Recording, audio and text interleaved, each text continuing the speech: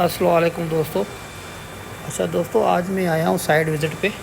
तो कॉन्ट्रैक्ट ने रिक्वेस्ट की थी कि आज हमारी ये फुटिंग की पोरिंग है, तो आप आ जाए। तो मैंने इनका आज फुटिंग का स्टील और कॉलम का लेआउट मैंने चेक कर दिया और मैंने इनको गोएड दे दिया। भराई स्टार्ट हो गई है।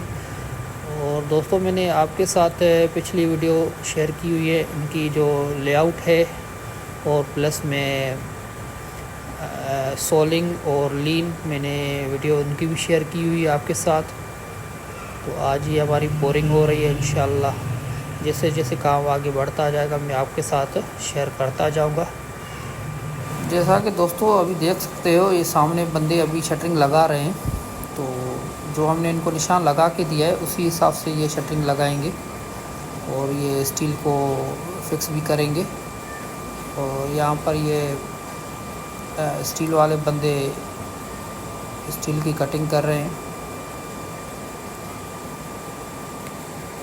दोस्तों ये देखें, अभी कंप्लीट हो गई है हमारी ऑफिस बिल्डिंग की भराई।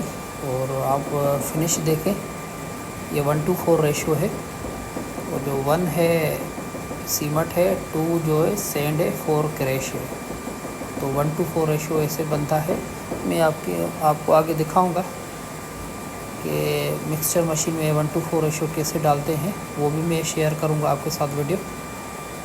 थैंक यू दोस्तों, अल्लाह हाफ़िज़।